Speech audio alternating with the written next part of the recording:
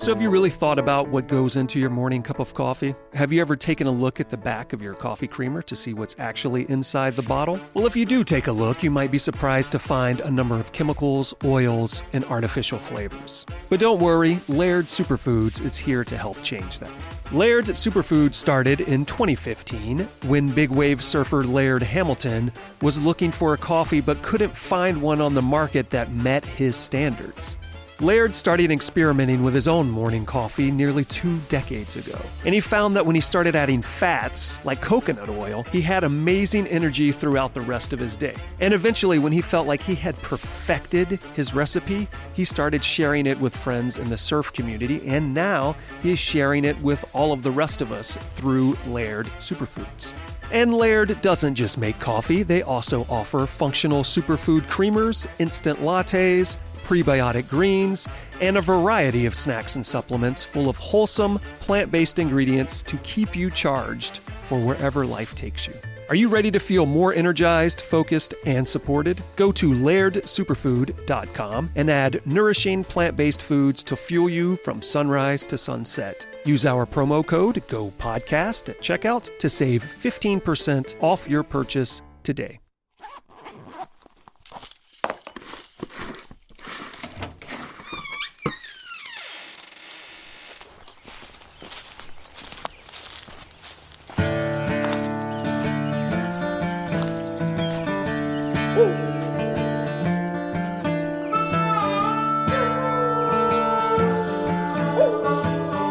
Hey everybody, welcome to episode 110 of the Go Get Outside podcast. This is your host, Jason Milligan. Welcome back, welcome aboard. I am coming to you from the Florida Panhandle while Erica and I travel for the holidays, but by the time you are hearing this in the brand new year of 2024, she and I should be back home in Los Angeles, but as of right now, I'm beneath my parents' house in the dark recording this introduction. Hopefully everyone is having a great start to a brand new year, and I think this episode is a great way to start off the year because it is all about reliving past exploits and looking forward to brand new adventures. Today we are talking to John Gray. He grew up as kind of the prototypical Southern California surfer boy, but over the years he has developed into a backpacker, climber, canyoneer, and he and I have had a number of adventures together, which you'll hear all about in today's episode. So why don't you come along back to the summer of 2023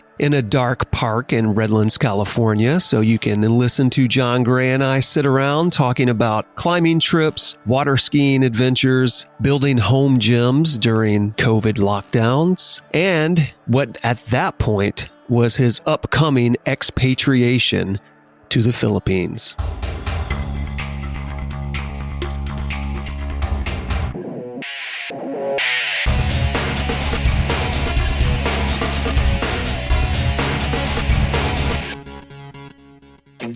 I think it's safe to say that a lot of you out there are coffee lovers. You probably brew something fresh every morning, or maybe you run to a local coffee shop or drive-thru on your way to work each morning. But have you ever taken the time to think about what is in your coffee or the other additives you add, like your coffee creamer? Well, Laird Superfood could help you up your coffee game with an entirely new coffee experience. With Laird, you'll get better ingredients, amazing taste, and functional benefits. All products are sustainably sourced and thoroughly tested to ensure that you are incorporating the cleanest, finest fuel into your routine. Their coffees are made from all natural, whole food ingredients, contain naturally occurring MCTs from coconut oil, have no artificial flavors, colors, or additives. And the Laird Superfood creamers are crafted from the highest quality, all-natural, real food ingredients.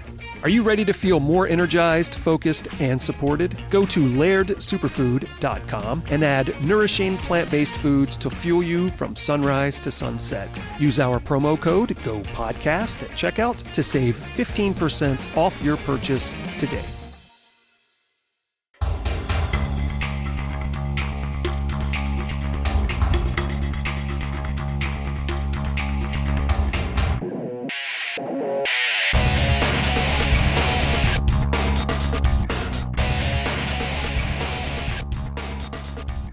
My name is John Gray. I've been an outdoor enthusiast for years. Currently, I'm doing a lot of canyoneering, a little bit of rock climbing, and I'm willing to do pretty much anything if given an opportunity. Yeah, and the way that you and I have known each other, and I've tried to think about this. I don't remember exactly when we met.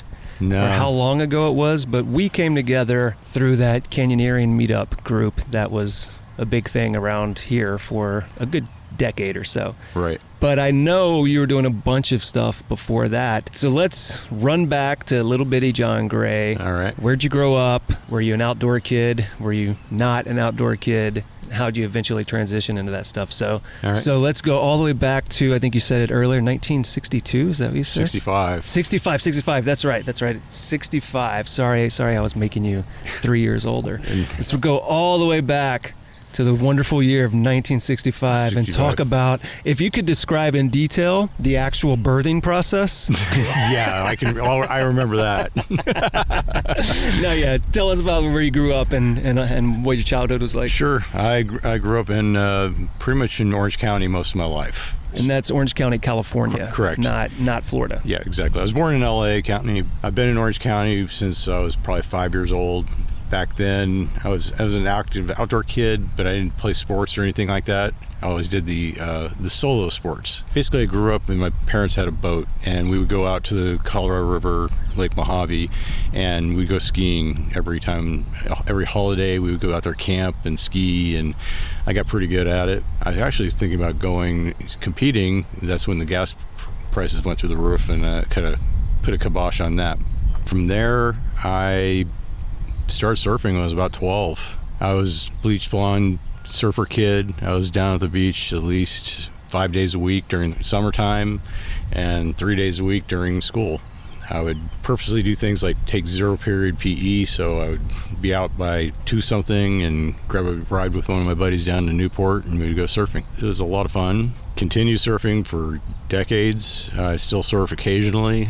Moved from shortboards to longboards and hang out at San Onofre Old Man's Surf Beach. Did that for quite a while. The whole outdoor stuff started after I was divorced. I joined a meetup group, went to Orange County Hiking Club, and started meeting people through that. That led into backpacking. Did quite a few Sierra trips. Did Mount Whitney from Onion Valley and Horseshoe Meadows twice. And that's what inspired me to start climbing. So I'm up there, and I see these guys pop up with their helmets and trad gear. That moment, I'm like, I'm doing that. So went down to Whitney Portal bookstore, picked up the best climbs of Eastern Sierra, and started doing more research. That led me to going to indoor gym and trying out bouldering for the first time. That was a interesting experience. I was about 50 pounds heavier at the time, and I wasn't very good at it. But it inspired me to get out there and do more. And then through meetups, I met some climbers. I was really looking for meetup groups, and I couldn't find any. So for climbing, so I ended up finding a canyoneering group out of San Diego.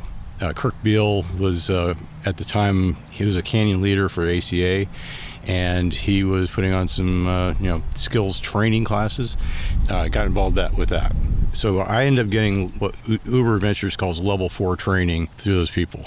So that's what really got me into the canyon scene. And of course, then I started running canyons here in the local San Gabriel Mountains because of that. It was a blast. It was a really good time, and I met some great people through that, and that's how I started all that. So you just covered a lot of ground and what, like 50 years or 45 years or something of your life, yeah. Pretty succinctly. So we're going to rewind a bit and go all the way back. So you said early on your parents had a boat, you'd go out, and it was water skiing. Yeah. So let's dive into that a little bit. So what age are we talking about? Are we talking about like 7, 8 years old, or we're talking like 10 years old? How old were you? I believe I was 5 when we started. So not old enough to be competent at all. Oh, not at all. So no, the first time I water skied was my dad got us in the swimming pool in a pair of dual tandem, the 2 skis, and pulled me on the pool deck, and I learned how to get up on the plane and doing that. So wait, he would just pull you with his hands? Yeah, he would just run.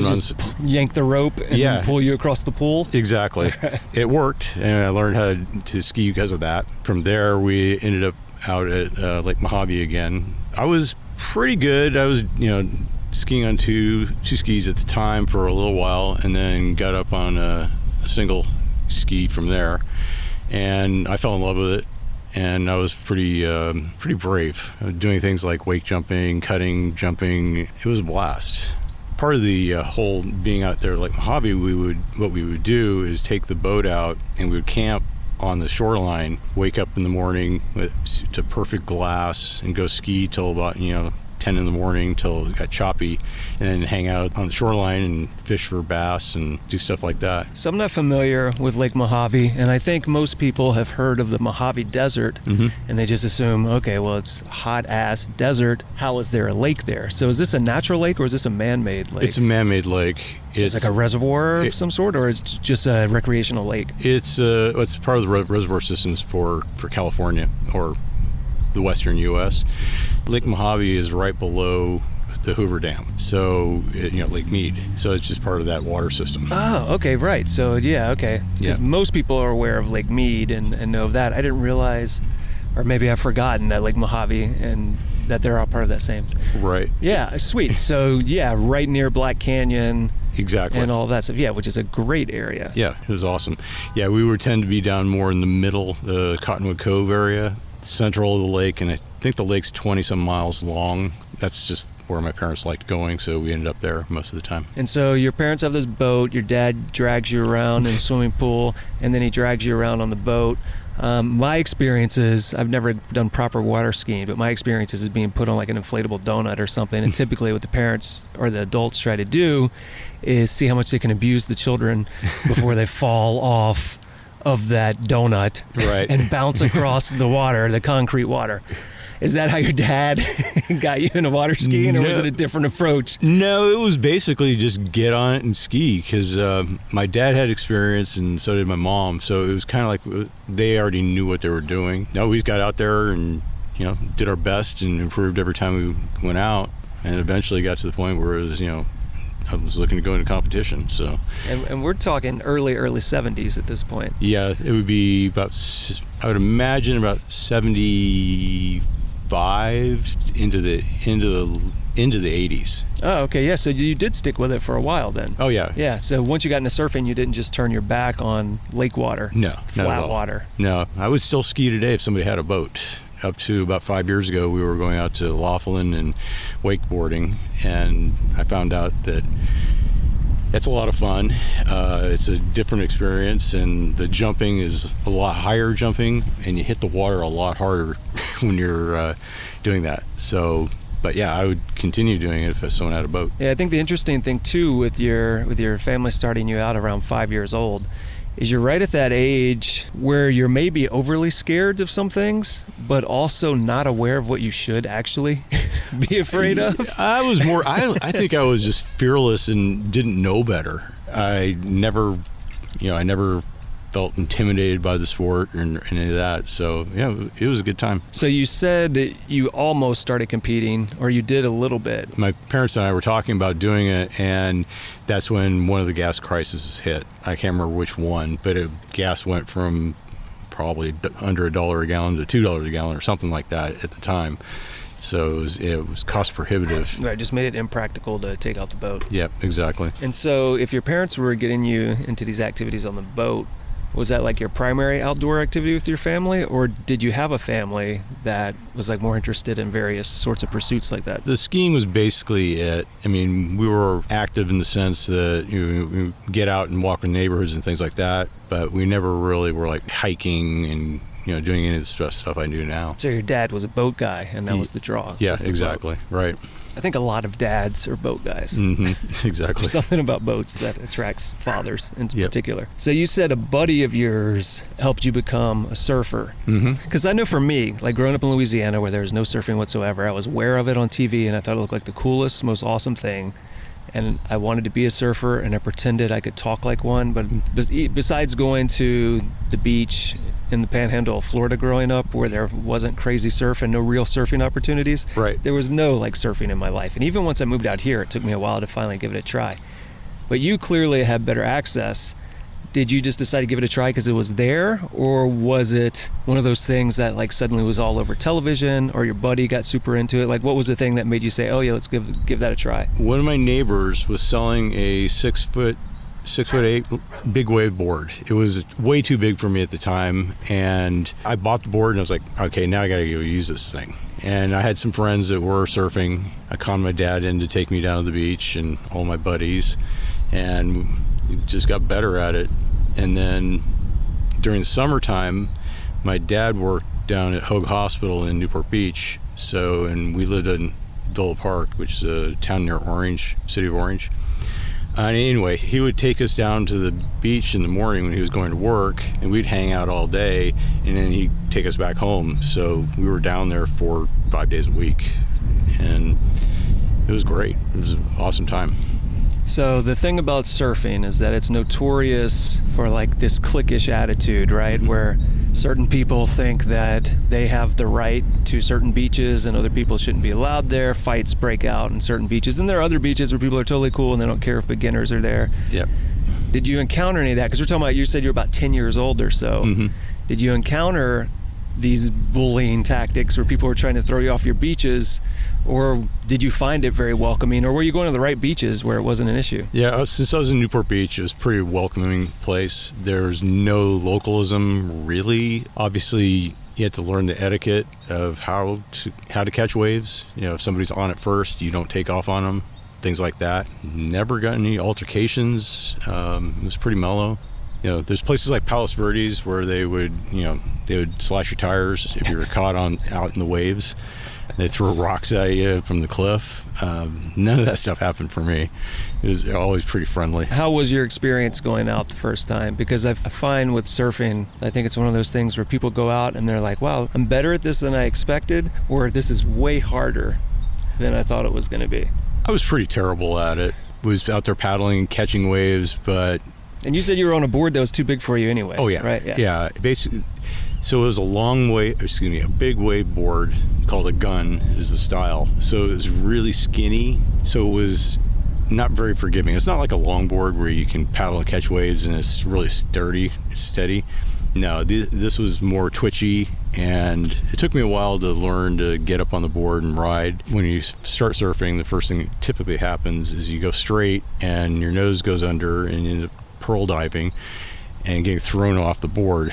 After a while, I figured out how not to do that anymore and started surfing progressively bigger surf and tube riding and stuff like that. It was a blast back then. I do know you as a surfer, and I think we've even gone out together a couple of times. But you even say now that it's a thing you do sometimes, but not as often. So how did it kind of taper off? What replaced it? Is it just because you became a teenager and you started chasing girls instead, or was it something else along the lines? Too many hobbies and sports and time. Fast forward a few years, and I was surfing constantly, but then I got married, and we had 3 kids. And how old were you at the time when you got married? Because I've heard of you talk about it in your past, but I'm never clear how long ago. I got married at 30-something. The woman I married, I knew just out of high school. We saw each other off and on for a while, and then when I came back from college, she showed up one time at my roommate's house, and we hit it off, and we were together for probably 12 to 15 years. I can't remember now. And then we had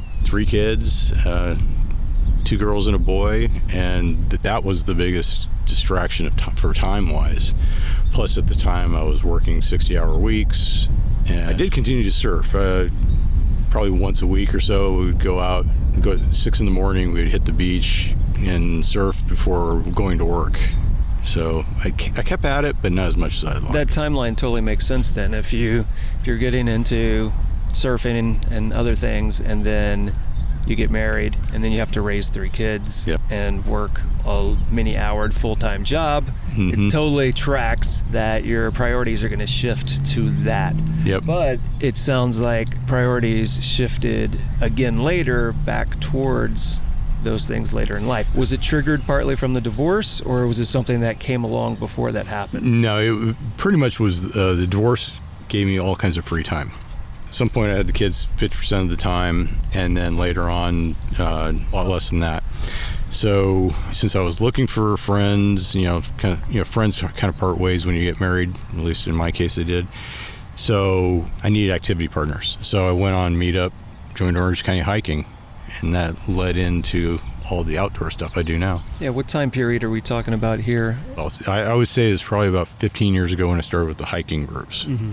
And I think I've been canyoneering 12. We're talking 2007, 2008, somewhere along those lines. Correct. So around the time that smartphones and cell phones are becoming a more dominant part of our lives, and then also the internet's evolving more towards these sorts of things where they have Meetup group and various other groups that really help people come together in a way. It's one of the nice things. People like to hate on the internet, but one of the great things that has come from it is things like Meetup, where people can find like-minded individuals to pursue activities with. Exactly. And if anyone's ever, they need to make more friends, going and joining a hiking group is the best thing anyone could ever do, because it opens up the doors to backpacking and other things. And if you find another sport that complements that, then it's great. And I know that you've told me that you had put on a lot of weight at some point in your life. Was that during the time that you were married, or was that before then? Yeah, when I was married, I was 100 pounds heavier than I am now.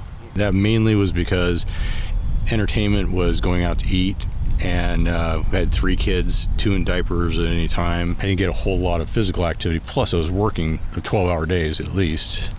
It wasn't good. So by the time you joined that hiking group, are you still 100 pounds heavier than you are now?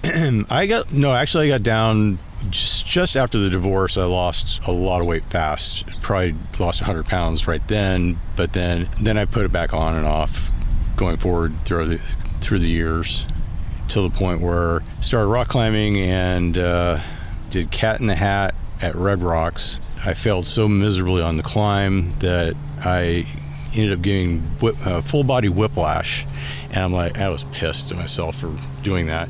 So I immediately went to the climbing gym, started lifting, and started eating right, and lost all the weight. Yeah, because in the time I've known you, which is maybe a decade, maybe a little bit more, something like that, I've definitely seen you adopt like some pretty stringent exercise routines. Mm-hmm. Like I've never known you to be the 100-pound heavier guy at all, but I've definitely known you to be like a little heavier than you are now. And then I've known you to say like, oh, I'm really going to get into exercising. And I'm like, okay, cool. And then I see you 6 months later and it's like, oh shit, you really got into it, and you've gotten like fit and like super ripped compared to how you were the 6 months I had seen you before that. Yeah. So I was rock climbing at the time. I was out in Las Vegas, living with a friend, and the climbing gym was an hour away from the house. The regular weightlifting gym was 10 minutes away. So I started lifting, and I got pretty into it. I was in the gym probably 4 to 5 days a week. I was, running a upper lower split. So I was cycling through the same exercise over and over again, and focused on getting strong and put some muscle on. It was a good thing. So that's how I got into that part of it anyway.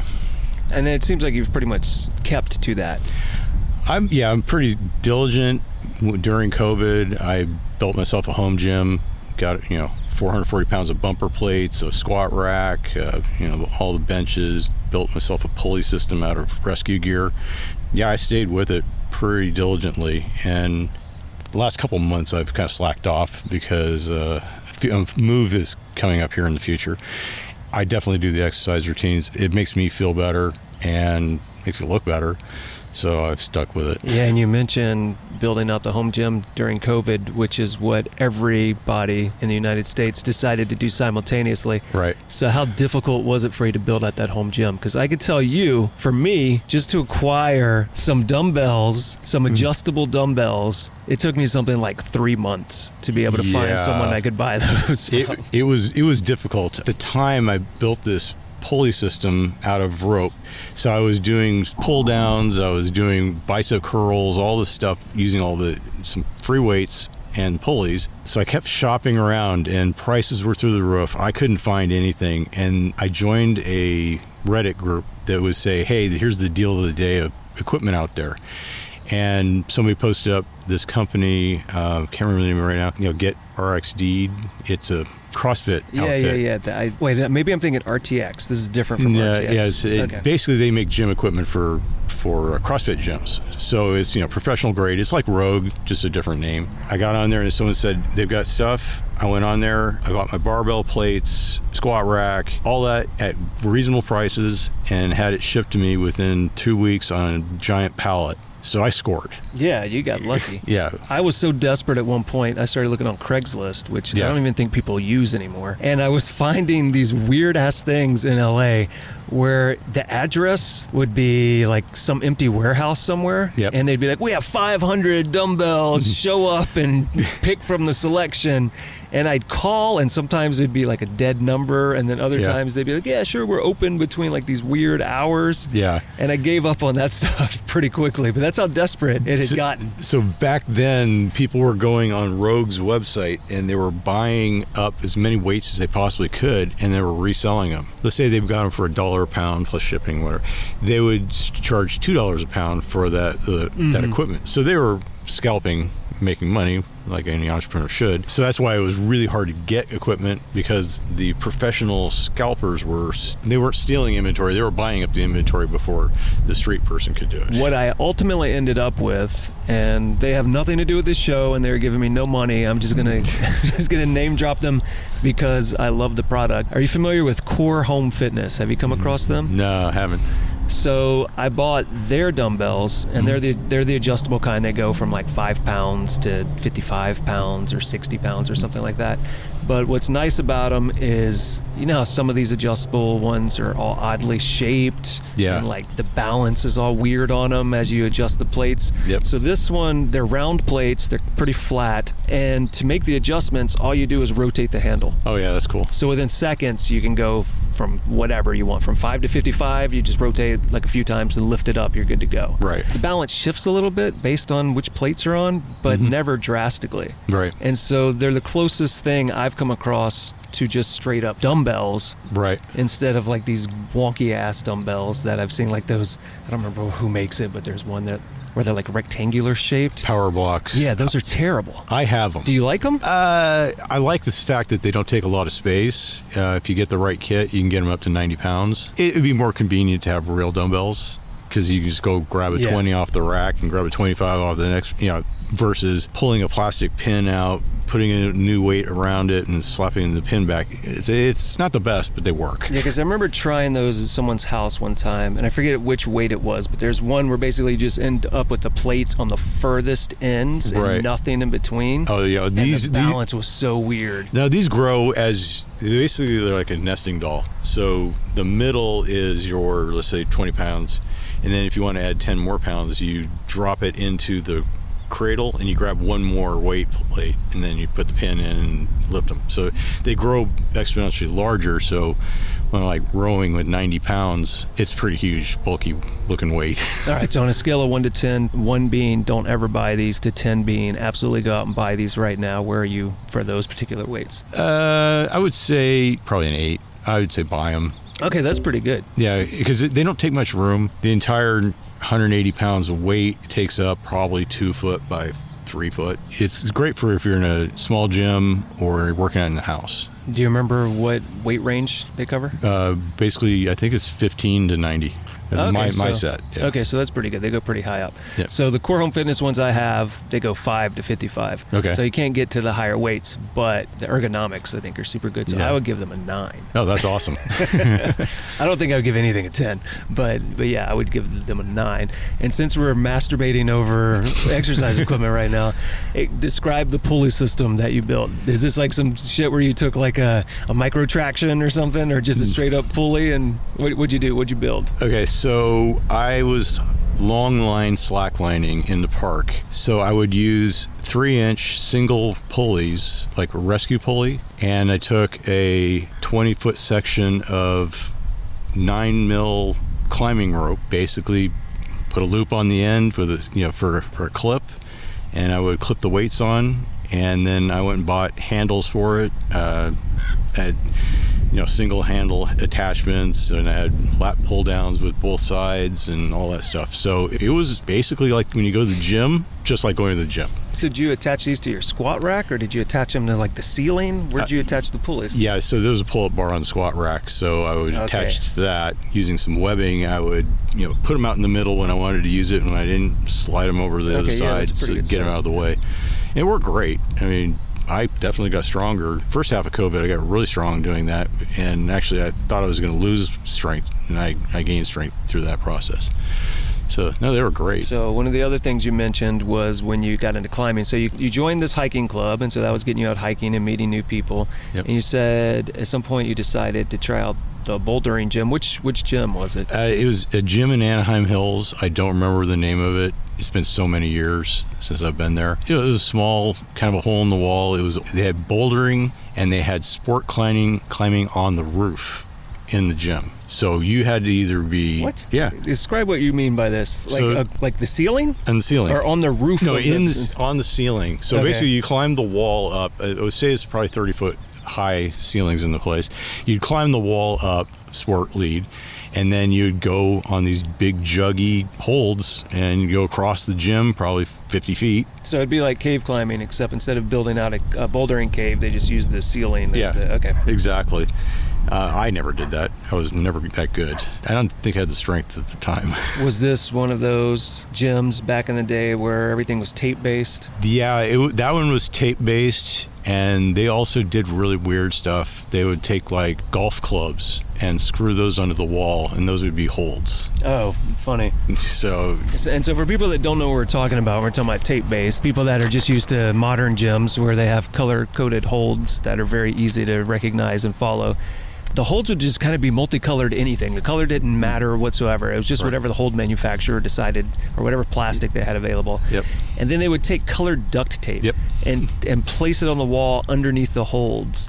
And it would invariably come off or get dirty. I always found it, at least the few times I went to a gym back in those days, I always found it really confusing to figure out what the routes were. It was super challenging, and sometimes they would use a red, white, and blue duct tape, and then the next one over would be, I don't know, red, white, and green, and sometimes you just couldn't tell what the holes were unless you mapped everything out. Yeah, and they'd put like colored duct tape square around the starting hole and like the finishing hold or something. Yeah, and they would have a card there saying this is V0 through V9, whatever that gym had. I feel like in those days too, a lot of times those ratings were a little closer to actual outdoor ratings. They weren't quite as soft as they've gotten in a lot of gyms now, I think. Yeah, it was pretty steep. But, bouldering for me was just a gateway to getting to rock. That's my whole goal. It's funny because in the time I've known you, so we've climbed together several times, and maybe we'll tell some of our mishap stories. Oh, yeah. Because we've got a few of those.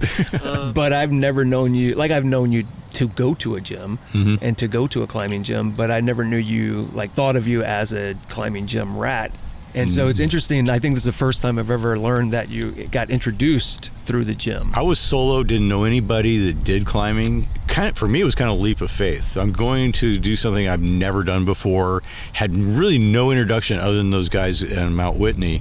Had seen climbing on TV maybe, but didn't know anything about it. So I was just really excited and enthusiastic about it. So I went to the climbing gym, and I did that for quite a while. The crowd wasn't for me though, because it was guys and girls in their 20s, and here I am at the time probably 40 years old. So I was like the old man hanging out there. Wasn't an inviting group to hang out with because I'm just not that person.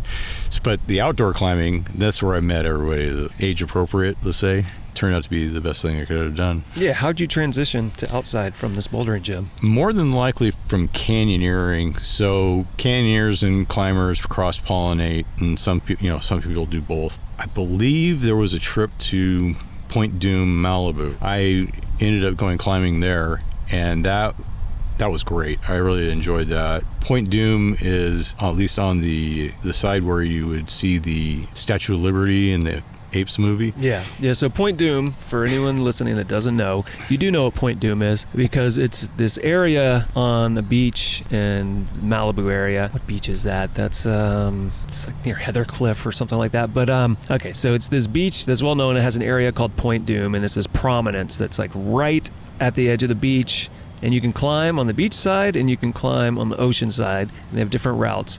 And everyone has seen it because one, yes, as you pointed out, it's the shot at the end of the original Planet of the Apes with the damn you with the Statue of Liberty in the ocean. And people don't realize this, in the Iron Man movies, they digitally created Iron Man's home on the top of Point Doom. So you've also seen it when you've seen Iron Man flying away from his home in Iron Man movies. And if you've ever seen a car commercial at the beach, that's Point Doom. It's super easy to get film trucks in there. So that's why every commercial is shot there. Yeah, the rock prominence is about 90 feet tall. Mm-hmm. So it's actually a quite good place to climb because it's just at that point where it's like considerably high enough to be like a good pitch of something. The beach side, the ratings I think only go up to like 9. It's like 7 and 9, mostly slabby. And then the ocean side, it's more like in the 10s range. Right. A few different 10s. And it's all top rope. Or if you're stupid like me, they have bolts on the wall on the beach side and you can lead it, but everyone says it's a terrible idea. But it didn't stop me in my early days from doing a bunch of leads there. Yeah, the bolts get rusty and the rock is some conglomerate. It's not granite, it's not sandstone, it's just compressed pebbles. It's an interesting rock type. In my early days when I got into sport leading, I would do it there frequently, and I made the mistake one day of showing up and the bottom of the wall was soaking wet, and I thought, as I go higher it will be dry, and I was wrong. So I was drying off holds with my chalk. I would take chalk out of my chalk bag and then like rub it on the hold, let milk roll down.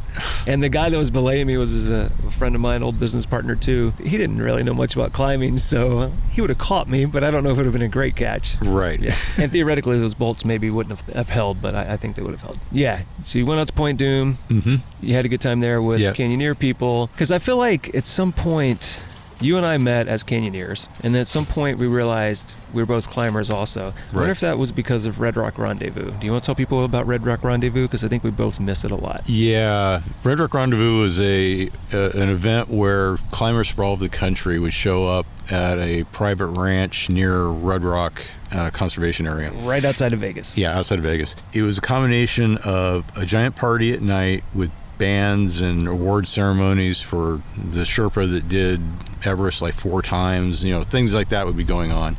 There would be vendors hanging out, so you'd have Black Diamond, Petzl, all of them demonstrating their gear, and some of them let you rent or borrow the gear and take it out the next day.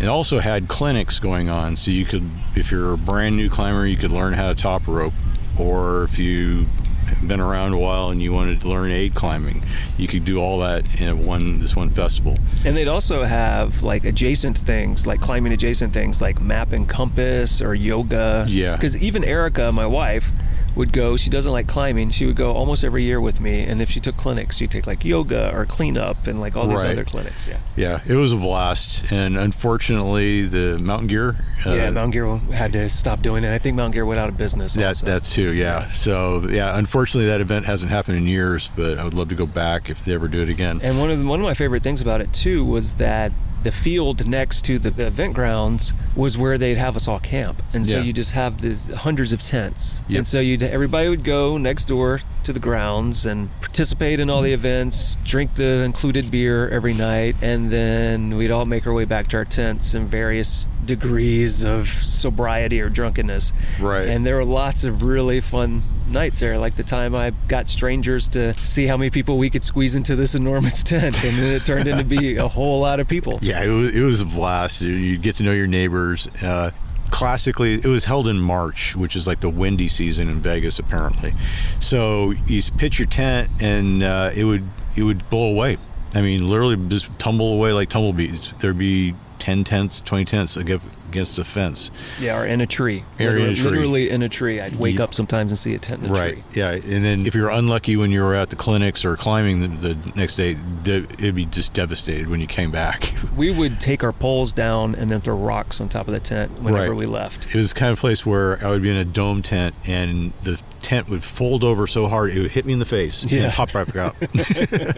Yeah, sleeping at night could be tricky sometimes. And then other years it wouldn't be windy at all. Right. Or another year it'd be pouring rain the whole time. Exactly. Yeah, it varied year to year, but it was a great time, and because I went to a lot of them, and I think you did too. And what we would start doing is we realized, well, at the event, we're not really going to climb. We're going to take clinics and we're going to hang out and we're going to do everything else.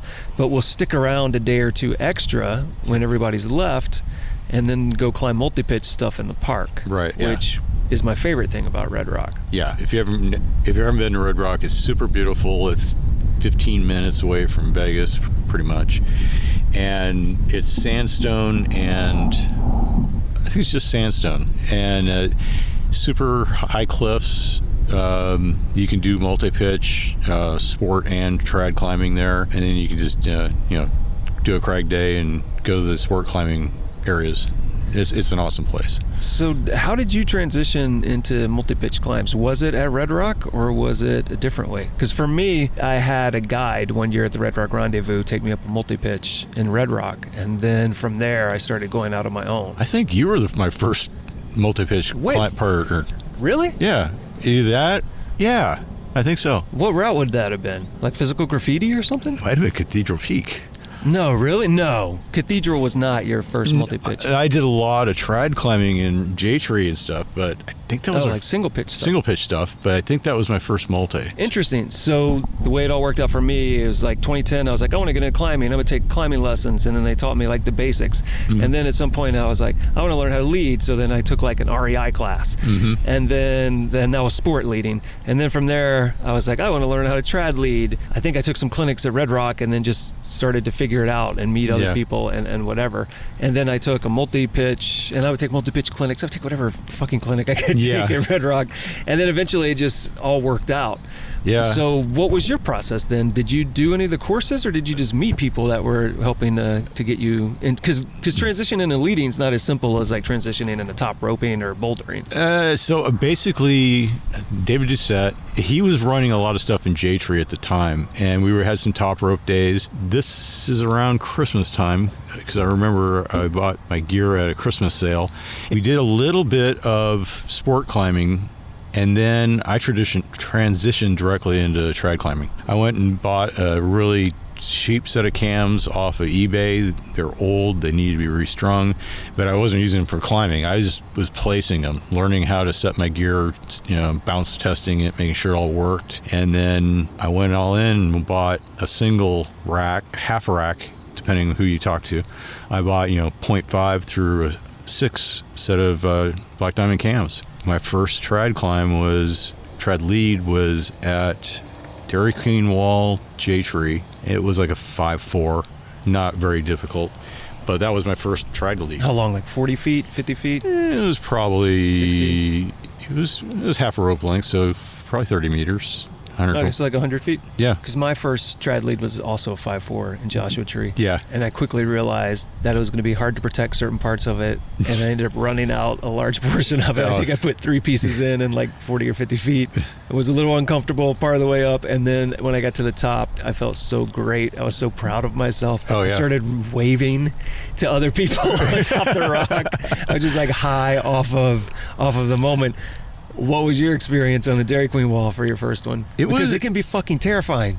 It was easy climbing, really, and 5.4. I mean, but 5.4 in Joshua Tree can be scary sometimes, especially if it's hard to protect. That stuff we climbed today at Monkey Face was probably more challenging than some of the climbing I was doing. It wasn't that hard. Mm-hmm. I placed, if I remember right, I placed a lot of like number 1 through 4 cams in that route. Oh, so it had some fat cracks in it. Yeah, it had some big cracks at the top. But it was kind of like whole leg crack climbing. You'd be up into your knee in the crack. Okay. So it was pretty shallow angle, or pretty shallow. So like kind of off-widthy. It was off-widthy, and yeah. And of course, being a canyoneer, I already know how to place gear and build anchors and do all this other stuff. So that gave me a leg up. It wasn't like handing somebody a set of cans and go, here, learn how to trad climb. No, I already knew rope work and all this from probably 5+ years of experience running canyons. So the transition was easy. I got pretty good at it pretty fast. I mean, I was never a hard climber because I handicapped myself by going from being a top rope climber to going to trad. It's kind of like somebody goes from, it would be like a hunter that gets pretty good with a rifle but can't actually shoot anything yet, and then transitioning over to bow hunting. I know exactly what you're talking about, because so I started climbing in 2010, so it's been 13 years now, and I feel like I've been at a plateau for 12 of those years. Mm-hmm. And it was the same thing. So the first year, I was top roping for a few months, got into leading sport pretty quickly. But as soon as you start leading, you drop your grade a little bit. So what I was willing to do on top rope, I wasn't willing to try that hard on sport, but I was still willing to do decent. Within a few months, probably another 6 months from there, I transitioned to doing trad stuff too. And then you drop your grade a lot. Right. Because there's a lot more involved. The routes are trickier and protecting is trickier. And then also I got into canyoneering at the same time, which takes you away from it. And then it's a lot easier for me, for whatever reason, to meet canyoneers than it is to meet people that will consistently keep climbing. And so, yeah, same situation. Every few years, I'll be like, no, I need to devote more time to climbing. And then I'll try to push the grades again. And then I'll get a little bit better again. But then I don't feel like I ever get far above that plateau. And I know exactly what you mean. Yep. Yeah, it is a challenge. And then I laid off climbing for a little while because of COVID and some other things. Just life got in the way. I was leading 5/8 sport climbing, and I felt really comfortable doing it. It was not a big deal. I went to Holcomb Valley recently, went back to climb those, and it was like I couldn't get back to the lead head. I was basically following those routes and barely finishing them. I just been out of the sport too long, so that's why I want to get back into it, but it's going to be a different place. So you think that when we climbed Cathedral, that was your first multi-pitch? Yeah, I'm pretty sure. So for people listening, Cathedral Peak, what we're talking about, is a route in Tuolumne in the high country of Yosemite. So technically it's an alpine route because of its altitude, though there's no snow or ice or anything difficult like that. But you do feel the altitude some, and it does affect your climbing some. And it's what, 6 pitches? 6 pitches. 5-6-ish? There's a 5-7 chimney. Everything else is 5-6 or lower. There are a lot of soloists that do it. A lot of people do it as part of this trifecta, where they also do Mathis Crest and what's the other one? Tenaya Peak or something they do that day? I forget what the third is. Yeah, so then you and I doing those 6 pitches. Oh yeah, we stayed at that campground that night before. And there was that asshole that wouldn't shut up. Yeah. So we couldn't get any sleep in our hammocks.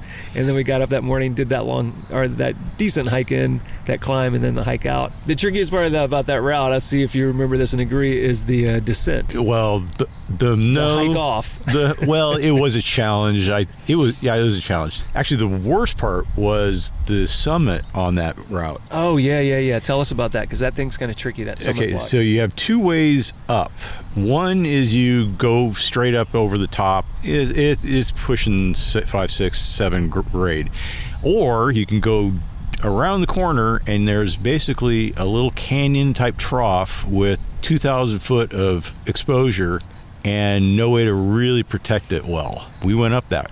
Well, and then you have to get off the block, which means you typically have to down lead it, which is climb back down that exposed section, placing and then removing your exactly gear. Yeah. But we got lucky. We got some soloists came up there and topped out, and they're like, I wish I had an anchor. And they're like, build an anchor, we'll just toss your gear down to us. We propelled the 25 feet off to the deck, and they threw our gear down, and we got out of there scot-free. It was really nice, actually. And what I'll always remember is those soloists were doing that trifecta link up, and they had already done the first 2. They were finishing up on Cathedral, and on the descent, that dude said, oh, this shit is sketchy. Yeah, exactly. Yeah, that's amazing when they get scared. So since you and I have been on Cathedral, I have gone back a few years later, and we did that time, it was Mark and I, we did have to do the down lead off of the summit, and it's not that bad. No, it just looks bad. But it's, there's some intimidation there. It's a little bit heady. Yeah, definitely. So then one of the things that happened with you and I years ago, when that short period where you were living in Vegas, I was out there and I was like, hey, do you want to go do Solar Slab, which is this 9-pitch route, this 9-pitch 5-6 that you have to climb a different route to get to. And then we wanted to go to the top, which would mean there was a hike off. I'd had this long week where that weekend I had gone to Death Valley and met with Scott Swaney, past guest on this show. And if people remember who he is, he's this wild man who descends this stuff in Death Valley that no one else has bothered to do. So going out to do some Scott Swaney canyons are usually a pretty big undertaking. And then I went to NAB, which was happening in Vegas after that. And then I think I got 2 hours of sleep, and we were going to meet in the dark outside of the park to go do Solar Slab. So knowing now that you said Cathedral, which is maybe your first multi-pitch, where does that put Solar Slab at this point in your resume? Like, have you done a number of... It was probably like 3rd or 4th. Okay, so not that many. Not that many. I take that back. Because I feel like Cat in the Hat and some other things had probably happened before that, and probably physical graffiti and. No, I take that back. I climbed a ton with Jeff Sue out at Tequeets. Okay. So yeah, I did a bunch of multi-pitch out there actually. The trough 5.4 White Maidens walkway, like 5.5, 5.6, 5.4, 5.5. Yeah, something like that. Yeah. Left ski track 5.6. So yeah, I did a bunch of multi-pitch out there, and then the Vegas transition occurred. But yeah, the Vegas trip. So we decided to meet outside the park at 5-something a.m. Yeah. It was dark out. The reason being that you can't get into the park before like 8 or 9 in the morning. Exactly, and we knew we had a long day ahead of us. So we hike in. I'm gonna guess about 2 miles through the desert to get out to the base of our route. It's just getting light as we get there, and then we decide we're going to do Solar Slab Gully. We had another option to get up to the route, which was Johnny Vegas, which was what we wanted to do, and it's supposed to be a good route. Right. But it looked to us like some other people were getting on that route, and we had the wise idea of let's do the easy 5.3 and beat them to Solar Slab. Right. So this turned into being a fiasco. We had some route finding problems, first of all. And why would that be? Our leader? There's no fucking route. That's true, too. So from what I would recall happen is we'd say, well, man, where does the route go? And we'd be like, well, it can't go through that. That's just trees and grass. Exactly. It must be the rocks over here because we're here to climb rocks. Right. No, guys, it's through the fucking trees. Right.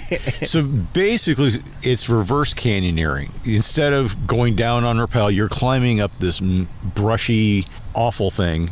And some of the climbing it's 5.3, 5.4, whatever. It's not that challenging, except there's this desert plant called cat's claw, which basically has like fish hooks all over it. You had to climb through these trees to get to your anchors.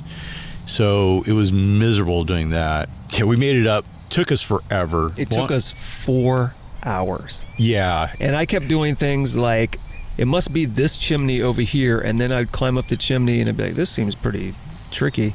And then I'd look over and be like, oh, now that I'm above the trees, I can see what the topo map showed me, and that the route is actually over there on the other side of the trees. And then I'd have to down climb this chimney and go to you and be like, John, so I led us astray again. We got to keep going through the trees. Somebody sandbagged the ratings on that thing.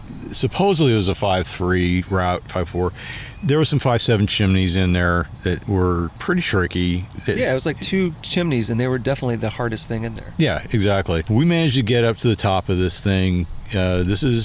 It's late spring, so it's not exactly cool temperature-wise. We get up to the top, and I think we made it to the bottom of Solar Slab at 11 a.m., and we wanted to be up there probably about 8 a.m. We thought, okay, well, that's the 9-pitch route. That's what's going to take us a while. Mm-hmm. The gully's supposed to be, 3 pitches? Though you can't really pitch it out because you're just climbing through trees and moving your rope over and over. But I think you ascend, 300 feet in the end? 400 feet? It wasn't even that big a deal. It took us forever. It wasn't exactly fun. I would never recommend that gully to anybody. Do Johnny Vegas. It's a 5.7. It's classic. Do that one. It's much easier. Solar Slab Gully is the only thing I've ever, after climbing, quote unquote climbing it, went to Mountain Project and rated it bomb. Yeah. Only thing I've ever done that to. Yeah, it was horrible. So I don't know if you remember this, it took us 4 hours to get up the gully, and then the 9 pitches of Solar Slab took us 4 hours. So it took us just as long to get up that stupid gully as it took us to climb Solar Slab. Right. It was crazy. And the Solar Slab was a really fun climb. The first pitch is unprotectable till you get to your anchor. I think it was I did that one, so I think I put a piece or two in. Yeah. But you've got to get up about 50 feet or so before you can put in a piece. Yeah, it was like 5.3, 5.2, 5.3 It wasn't very hard on the grade, but it was just pure slab. And this is sandstone. Sometimes it's covered with what's called desert corduroy. It's basically this shellac that builds up on the rocks over years. So it's red rock with black features. It's great climbing. It's just kind of soft stone. Anyway, so we did the first pitch. I led the second pitch, which was like it was a crack in a crack. So I led this thing up. It wasn't very challenging, but it was. The interesting part was when I topped out or got near my anchors, look down and there's 2,000 feet of exposure. Yeah, there was that little hole. Yeah, it was just a blind hole. So I'm not real good with exposure in the first place. If I go up into the Stratosphere Hotel, come off the elevator, my stomach turns. I get scared. But I can climb an 800-foot cliff, and I'm fine with it. It's not a big deal. So anyway, seeing that exposure on that second pitch was pretty hairy. And then you took the next view. Yeah, the third and fourth, we linked. And by this point, we've realized our big mistake of the day. As you may recall, in the dark at the trailhead, when we were communicating how to combine our racks, we miscommunicated and brought, instead of a full rack, a half rack. Right. So anyone that doesn't know, when you buy a set of cams from, let's say, 0.5 to 6, they sell it and they call it a rack. That's a half rack. It's only, you need 2 of those. Yeah, or at least doubles of certain sizes for certain routes, right, depending on what you're going to bring. But we had not brought doubles of anything, and I think we didn't even have certain sizes. And so we were realizing, like, oh, it'd be great if we had this. Oh, we don't have it, or we only have one. Yep. And then for third and fourth pitches, and this is kind of funny because it's Solar Slab, it's 5.6. It's not a difficult route. But the third and fourth pitch, the third pitch was a traverse over that I found hard to protect. And then I had to go up what was described as awkward flakes for the fourth pitch, which I felt was an accurate description. And I found that hard to protect too, especially with what we had. And so by the time I got up that fourth pitch and got to actual bolts and was able to build an anchor, I was shaking because I was so scared. And I think I had, between those 2 pitches, I think I had 4 pieces in of questionable quality. Yeah, you would have took a whipper over 100 feet easy. It would have been ugly. You would have been bad. Yeah, I was scared for you. Yeah, I remember when you started and you moved out onto it and you looked up at me and you yelled, "You have huge balls!" And I don't remember if I said anything back or if I was just thinking, it was not intentional. It was not by choice. This is not a reflection on my bravery. Yeah, that was nuts. Then I think I took the next pitch. Yeah, you took the next 2, which were like 2 cracks, which I'm thankful you did because I'm terrible at crack climbing. Yeah, it was like mixed face crack climbing, and we're also now probably 3,000 feet off the ground, I think. I don't think it's that. I think by the time you get to the top, it's like maybe 18 or 15 or something like that. I think it's like 15 by the time you get to the I can't top. remember. It's very exposed at this point. So I'm climbing up this crack mixed face, and I've sewed it up. Since, again, we had a gear problem here with not enough. I ran out of gear, and I bypassed the one anchor there was there, and I was going to run the whole rope length out. I managed to get up there, and I ran out the last 50 to 75 feet. I had no gear in at all. That was pretty terrifying. Yeah, but then we did the last 2 or 3 pitches, and I feel like they were no big deal. It was cruiser. It was fun up there. There was one I didn't place a piece, not because I couldn't, but just because it didn't seem necessary. Right. And then I remember the last pitch, which I think a lot of people don't go all the way to the top, so they might not do this final one. There was like a chimney you got to squeeze through at the end, and that was the most complicated thing, and it was very comfortable. So I think we went from like this terrible start in the gully to like psyching ourselves out for a while and then feeling super confident by the last few pitches. Yep. And then we only brought one rope, 60 meter, and we didn't want to bring the second rope because it's, who wants to haul a dead body up the hill? So we decided to wrap off of Black Morpheus, which added more time on the way out. It also meant we could hike down the Painted Bowls. Yeah. Yeah, exactly. So it turned out to be a good climb. So meanwhile, I must have been super dehydrated. So I drank my last bit of water when we started that route. Started the Solar Slab itself. So I went the entire day with no water and topped out. So we got back down to hiking out at probably 7, 8 o'clock at night. Yeah, I think we got the car at like 10 p.m. or something stupid. It was like a 15-hour day. It was the longest I've ever done something like this. And I could not get out of bed the next day. Literally, like, opening my hands and just stretching and feeling, and my feet were the same way. I was just beat up after that run. I remember walking through the desert in the dark, and it just all looked the same. And the only thing that was kind of helpful was that we could see like the lights of Vegas. What's that big stupid light? Was that from the Luxor? Yeah, exactly. We could see that, and we're like, it looks like it's maybe a little bit bigger now. So maybe we're getting closer to where the car should be. It's funny that you were out of water because it's something with you and I when we climb. That cathedral climb, I had no food that whole day. Yeah. And I'm an eater, and by the time we were done, I was starving. And you had no water that day, which What a great decision that was on both of our parts. Yeah, I mean, I brought plenty of water, but I drank it all on the gully on the way up. It was just like I just needed it. So anyway, yeah, that was hellish. It was a fun trip, but I don't want to repeat it the same way again. I do think we should go reclimb it again, and I have a feeling it would be a very different experience. I think so, and too. That would be like, oh wow, why did we have any issues with this before? Right. No, it would be fun. I'd love to do it. One thing before we get to the big final topic, the big surprise topic, the moving topic, I want to hit up something that you mentioned earlier really quickly, which was you're talking about backpacking in the Sierra and to Mount Whitney. Yep. A couple of times. Tell us a little bit about that, because Mount Whitney can be a really awesome experience, and that area for me was very different than what I expected it to be. It was much more impressive and more beautiful than I expected, and I think that maybe people don't realize how amazing that part of the Sierra can be. Yeah, it's incredible up there. So the first trip I did, we went in through Onion Valley through Kearsarge Pass.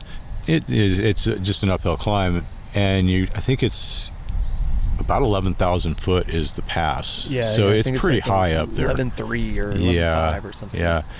And you hike down past I think 10 lakes. They're all beautiful high Sierra alpine lakes. Take a left and you go on to the John Muir Trail at that point. And then you do a lot of high country hiking, backpacking. Yeah, you go over Forester then if you're going from Onion Valley. Yeah, exactly. What, Forster's 13, I think? Forester... Yeah, maybe 13 or just under 14 or something like that. Yeah. It's definitely, like on the JMT, it's the highest pass. Yeah, it's big. And so we basically did that. The trip was 7 days, I believe. The final night, we ended up at Guitar Lake, which is a beautiful lake at 11,000 feet. It's above the tree line. So I don't know if this is the trip. I took my hammock with me, and I brought a set of cams and strung them up between the rocks at the lake there, and that's how I slept. And the next day did the summit of Whitney, which is a pretty arduous climb. You're going from 11,000 to 14,500, so, and it's all on switchbacks. Get up to the top of the Mount Whitney. Is beautiful up there. You can see all of the desert, Death Valley. You can see Death Valley from there. So, but during that trip I got sick. I got altitude sickness at Guitar Lake. That's funny. I was just going to ask, once you got done, how you prepared to deal with the altitude, and I think now I know the answer may have been you didn't. I didn't. The thing is, I've tried that drug. I don't know if it's Diamox or what it's called. Yeah, Diamox. Yeah, it doesn't do anything for me except make me sick. So, okay, so I got altitude sickness at Guitar Lake. I couldn't eat, had no energy, so I did the summit with no food in my stomach, and then somebody had the brilliant idea to stay at Lone Pine Lake, which is still at like 9,000, I think. So we stayed another night at elevation, and I couldn't eat there again. Were you puking and stuff? I wasn't puking. I just felt like I had the flu, but right, just no sluggish. puking. Yeah, and I couldn't hold any food down. I didn't puke, but I just couldn't get it down in the first place. This is how bad it was. I love big, bold beers, and I like Stone's Arrogant Bastard. So we get down to the Whitney Portal, and I tried to drink a beer, that one of those beers. I couldn't drink it. I was just off-put by everything at that point. Somebody had an orange on the top of Whitney, and I wanted an orange so bad after that, and went all the way down. We got down to the town and go in the supermarket, and I got an orange, and it was like the best orange ever. Yeah, man, that's how you learn to appreciate things like oranges. Yeah. And yet, despite that, you wanted to go back. You did it 3 more times, or 2 more times. Kidding. Yeah. Well, I've done it from Onion Valley, I've done it from Horseshoe Meadows, and then I did the High Sierra Trail from Sequoia up over Whitney and out. It's awesome. Yeah, and for people that aren't familiar with the High Sierra Trail, that parallels a lot of the JMT, John Muir Trail, but it's at higher altitude. No, actually... Oh, it doesn't parallel? No, it totally intersects. It's a 90 degree. So basically, you go from Sequoia National Forest, which is Western Sierra, and then you go basically straight towards Mount Whitney, which is east of there, and you're crossing... It's a big ramp. So you're going from, I'm going to say 6,000 feet to 14.5, but you're doing it over a period of 5 days. It's not very hard. Pretty cool is you get to see the headwater of the Kern River, which is a little tiny lake up there. But yeah, it's a beautiful place. If you ever get a chance to do that one.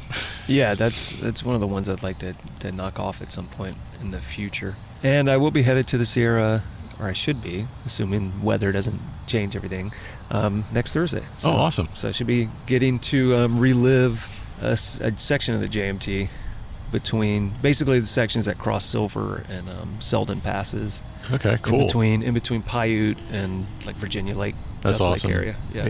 It's still on my bucket list, depending on how things work out in the future. Speaking of that, so let's go ahead and transition into that future right now. So one of the things I wanted to talk to you about, and I just want to let you know, Mister, I'm not going to have anything to talk about. We are 1 hour 11 minutes in. Okay. I told you you'd have stuff to talk about. So you are about to undertake a very large life change. Yes, I've decided I'm kind of done with the rat race a little bit. I want to concentrate on building my online businesses and my Forex trading. For me to make that transition, I need to reduce my costs and also need a change of location. So I'm moving to the Philippines.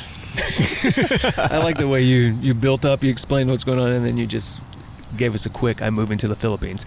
So that's a pretty big change. So as we pointed out, you grew up basically in and around Orange County, California, yep. Mm-hmm. Your whole life. You've lived out here. Yep. And now you're not just going to move to a different state, you're going to move to a different continent. Yep.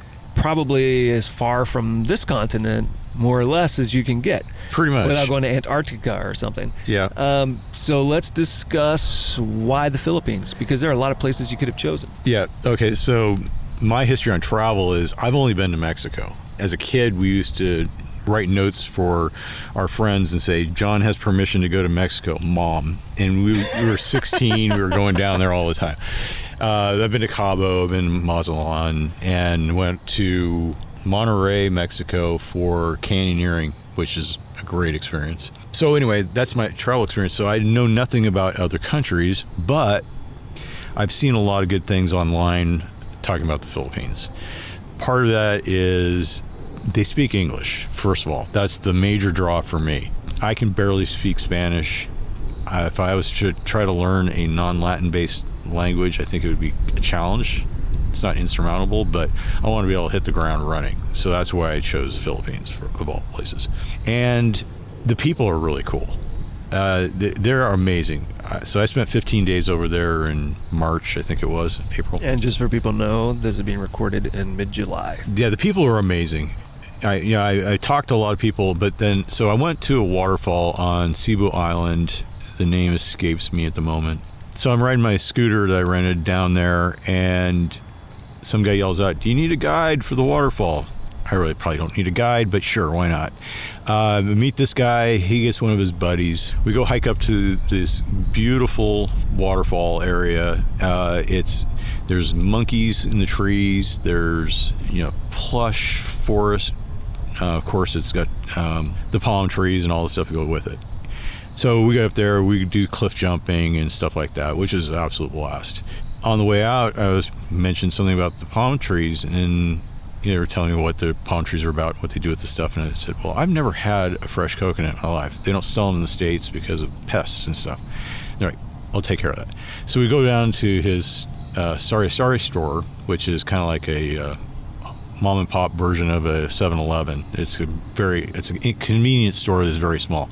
Anyway, he climbs a tree and goes and gets me a fresh coconut, takes his machete, chops it open, gets it to me, and it's like the best. I can verify that a fresh coconut is far, far, far more delicious than whatever coconut water or coconut milk or anything anyone's drinking out of a can or a box or anything. Fresh coconut tastes so good, and the pulp is really good too. Yeah, it's awesome. And then once you're done with the water, you chop it in half, and then you take a piece of the coconut skin and use it as a spoon and scoop out the jelly on the inside of it, which is awesome also. Yeah, really good.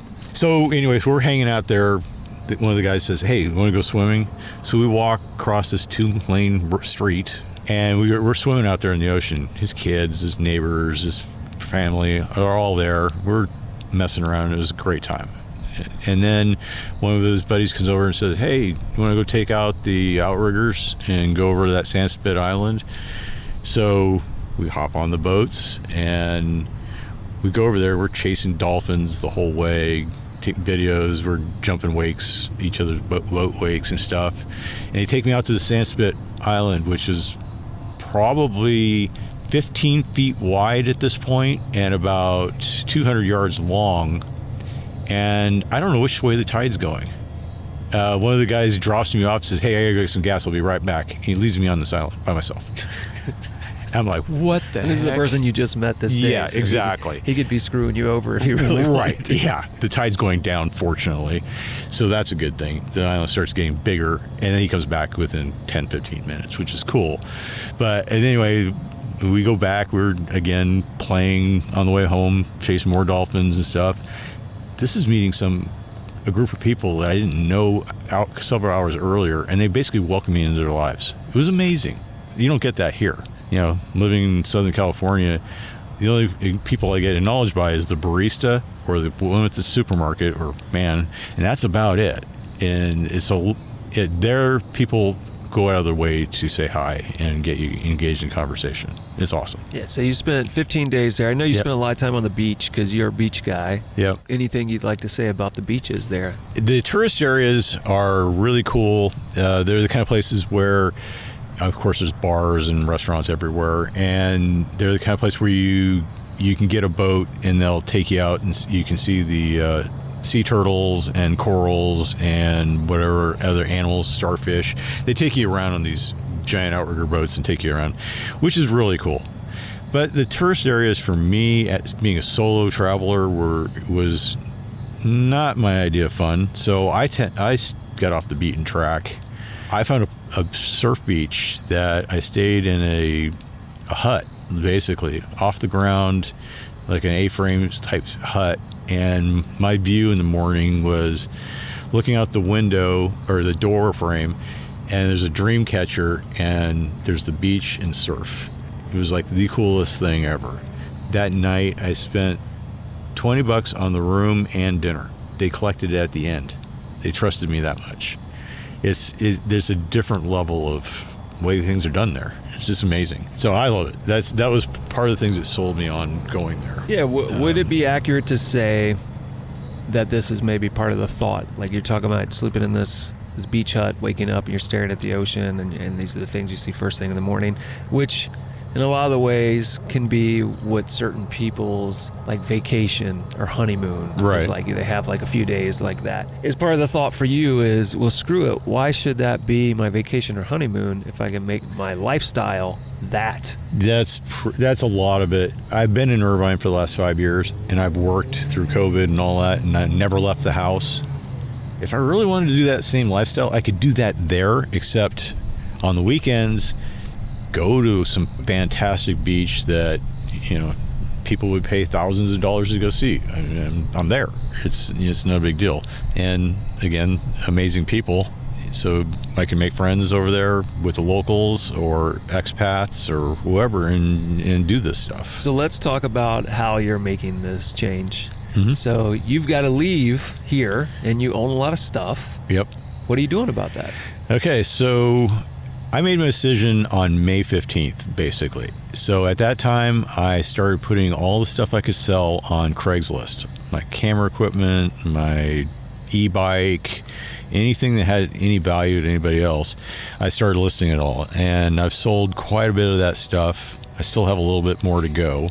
And then I've got three vehicles I have to deal with. My pickup truck, I've got a Harley Road King, and I've got a 71 Corvette that all have mechanical issues of one sort or another and need to be polished. So my focus during this time is I've been emptying out the house, giving away everything, to the point where I had a frying pan and a plastic rice spoon for the rice maker, and that's how I was eating for days. I had nothing. Anyway, so I made the transition. I got out of the place. It was the hardest month of my life, was getting rid of the stuff out of the house and cleaning up and getting to the point where it was respectable when I turned it back to the landlord. I moved into my mom's place where I'm I put my bedroom set in her spare room. I have a couple baker's racks that I'm going to put all my climbing and canyon gear and anything that I want to keep for mementos in her garage, and I'm getting out of town. So hopefully within 4 weeks, I'll be over in Philippines. How many bags do you want to show up with?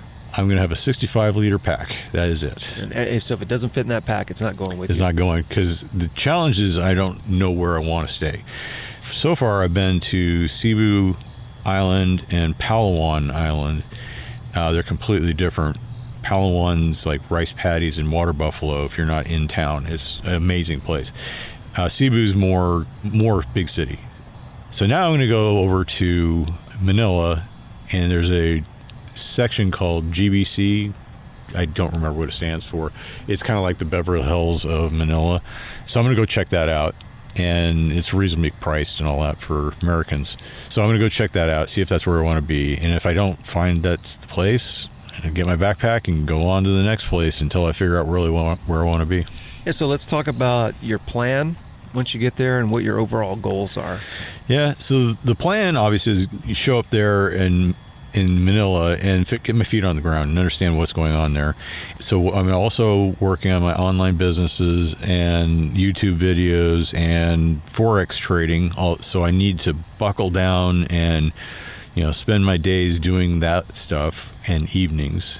Getting my income coming in off those pursuits is my number one goal. So if I stay in Manila even if I don't care for it as much, better than paying a lot of money here for a place that I don't really leave. So anyway, that's the goal, is to get settled in first. Then I'll go find the place I want to be. Hopefully make this, a long-term proposition. I don't want to have to come back to the States unless I have to.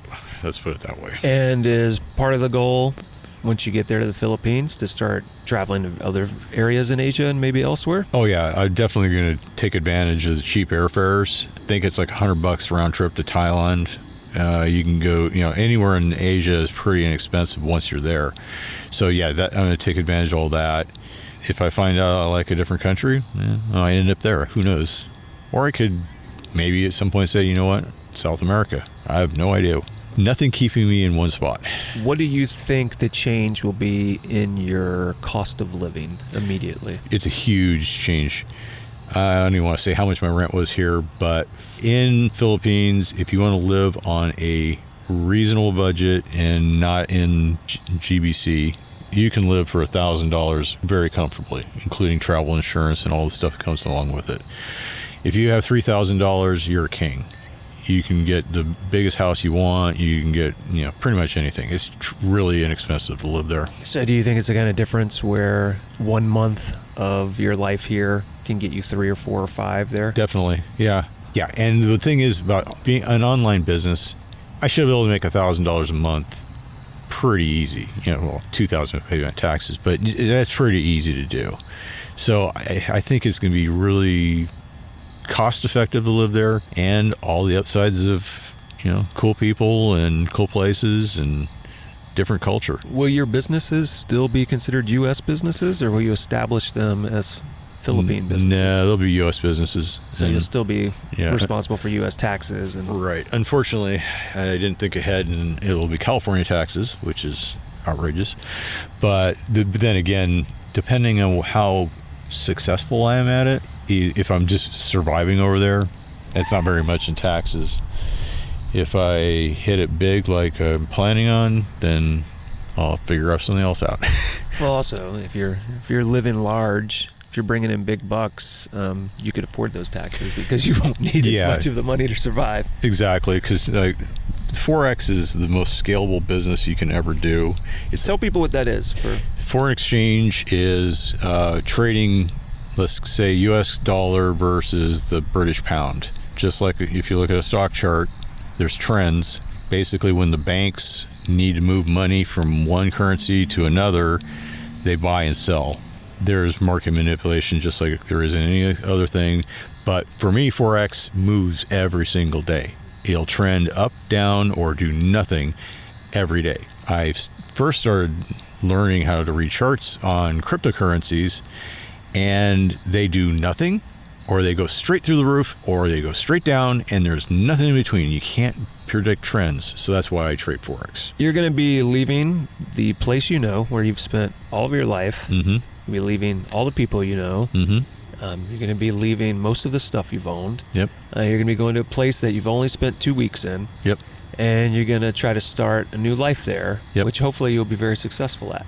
But I've got to imagine there are certain concerns and maybe even some fears or worries. So what are those things? Well, the biggest concern is I'll get over there and I'll find that it's hard to meet people, harder to make friends, friendship type relationships. That's one. And then being on potential front lines of World War III, that's a huge one. And Philippines has got a big target on it because it's former military bases, and there are some activities going on. So anyway, enough of that. Well, I guess the good news is you could move to a different country pretty easily if you have to. If I could get out of there pretty quick, yeah. But at the end of the day, though, if I find out I can't live there, I can't live there, I can always come back to the States. Right. And I don't expect to lose my friends over this, because I do plan on coming back occasionally to do things, just, traveling to the U.S. to have fun. As you know, with our friendships, you don't see each other for months on end sometimes. Yeah. And then you get around a campfire and you catch up in 20 minutes, your buddies still. We're also all pretty understanding of like these somewhat open lifestyles, mm-hmm. where we know that we have friends, like for instance Alden, who's been on the show a bunch of times, who he might disappear to Europe and Asia for 5 years and then come back, and we'll all still be friends with him. Yeah. We won't be like, you didn't call me enough, and get angry. Yeah. Like, we understand people are pursuing these different things, and we try to support each other in those pursuits. Yep. There's some people I'll miss more than others, and my buddy Randy Ball. She's going to be so happy you said her. I mentioned her. We became friends about a year and a half, 2 years ago, and we've been inseparable. We've been to Mexico canyoneering. I played hooky during the week and gone canyoneering or climbing with her. And oh, you mean like today? Like today. We're good friends. I've stayed at her place, and made her dogs are really cool. They're my buddies now. They come when I yell at them. That kind of stuff. So we've become really good friends, and I'll miss being around her a lot because I see her almost every week compared to the rest of my friends. But yeah, other than that, that's one of the more challenging things for me on this entire move at this point. Well, the good thing is you'll figure these things out. And again, like you said, you can come back to visit, or you can change your mind and then just try some. Maybe you'll decide, the Philippines thing doesn't work. I'm going to go to Korea or or South Africa, or who knows. You'll have those options available to you. Yeah, I'm trying to live that digital nomad lifestyle where I work and I also play. And it doesn't matter where I'm at, especially when in trading currencies, the markets are open 24/6. Yeah, 24/6. So I can trade any time zone. I prefer different times of day. Yeah, I can do that anywhere. So typically you can't just hop over to another country on a whimsy and decide you want to live there, and there's going to be visas and various other things involved. So what's the visa situation for this? Philippines is actually pretty easy. So right off the bat, you get a 30-day tourist visa. The only requirement is, a COVID questionnaire. That's it. And then every 30 days you can renew it for $60 or something like that. That can go on for several years. And then at some point you have to leave the country for 24 hours, and then you can come back and reset the clock and do it over again. Not that I'm going to do this, because there's always there's marriage visas, so you can get your green card essentially. There's retirement visas where you can deposit $60,000 in their bank and they'll give you a visa and pay some fees, of course. So it's not very challenging there. And then most of the Asian countries, basically you can get a tourist visa on demand for like 30 days, 60 days. It's when you want to stay for long term, then you have any sort of residency, right? You're right. And I guess in theory you could always hop around to different places if you should decide, unless you've like established yourself in some way where you need to be somewhere specifically. Yeah, exactly. I mean, then again, leaving the country for 24 hours is not that big a deal. Right. The island Palawan I was on, you could literally see Indonesia if you were at the end of the island. It's that close. You get on a ferry and be there in a couple hours, and it's big deal. So we're getting to the point where I think we need to wrap this up, especially since the sun has now set and we're all alone in this little park in Redlands that we never knew of before we showed up here a couple hours ago. Yep. Anything we haven't talked about or anything else about your move that you want to mention before we wrap this up? I really hope that it works out, and I wish that I don't want to lose my friends over this. That's the biggest challenge, but I don't think I will. I don't think you will either, and I also think in this sort of scenario, if you really want to make it work, you will figure out how to make it work. Yeah, exactly. I've heard that, like 60, 90 days after leaving the country, you start getting homesick and little nuisance things start becoming problems. But I hope all that goes well and I can make this stick. It's better than the alternatives that I've got set up right now. And the nice thing for people listening to this is going to come out a few months from the time it was recorded. So in theory, by the time this is available to the public, you will have been in the Philippines for some period of time. Yep. And I am going to check in with you and have you send me a recording or something, or at least an email to let me know how things are going and what's up, and then people will know where things stand with this. You can always do a phone interview, Skype or whatever. So yeah, I'll definitely do it. As some people who listen to this might know, I haven't done this show for over 3 years, and this is the first interview of the season that I've done.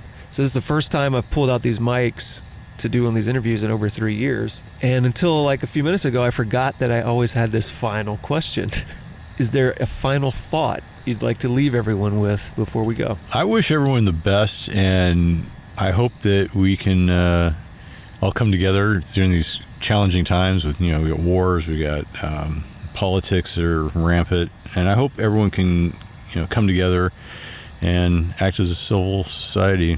That's my biggest hope. I think that is something we can all agree to stand behind. Yep. We just all have to do the work to make that happen. Yep. So I want to thank you a bunch for coming out and doing this. For those that don't know, which would be everyone that's listening to this, we ran a canyon out here in Forest Falls, which is like one of the more popular canyons in Southern California, called Monkey Face. So we spent all morning in the hot-ass sun and then running through this cold ice water. And then you still agreed to sit down with me for, almost 2 hours and record this in the dark. So I appreciate that. And I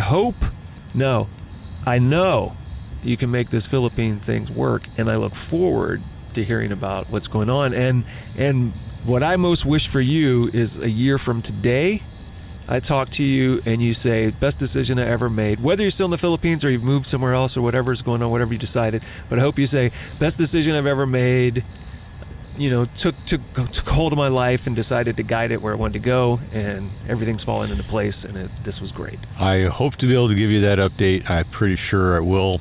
And I really do thank you for having the opportunity to talk, and we'll definitely have to do this again. Yeah, awesome, man. Have an awesome time in the Philippines. All right, thank you.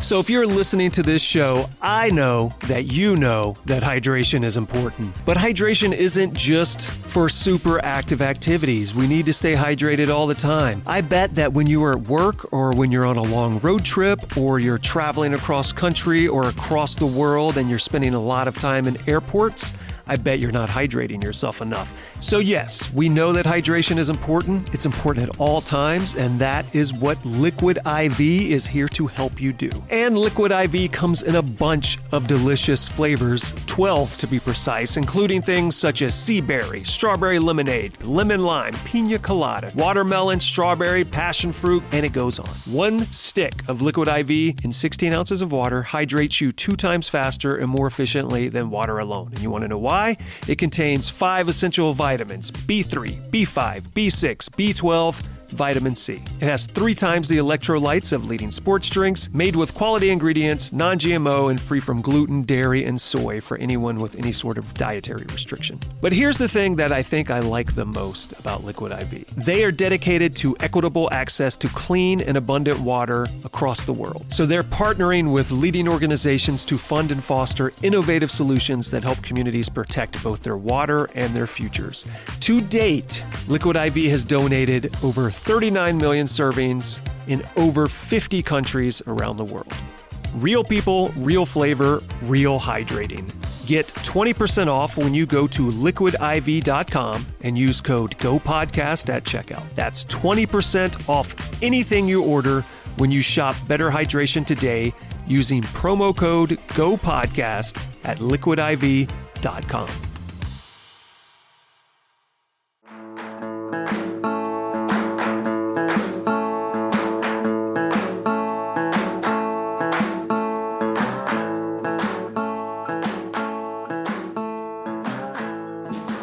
So John did hold true to his word and move to the Philippines. It took a little bit longer than he had intended, but he has been there for a few weeks now, and he did send me this update. So here, in his own words, is a look at how his trip is going.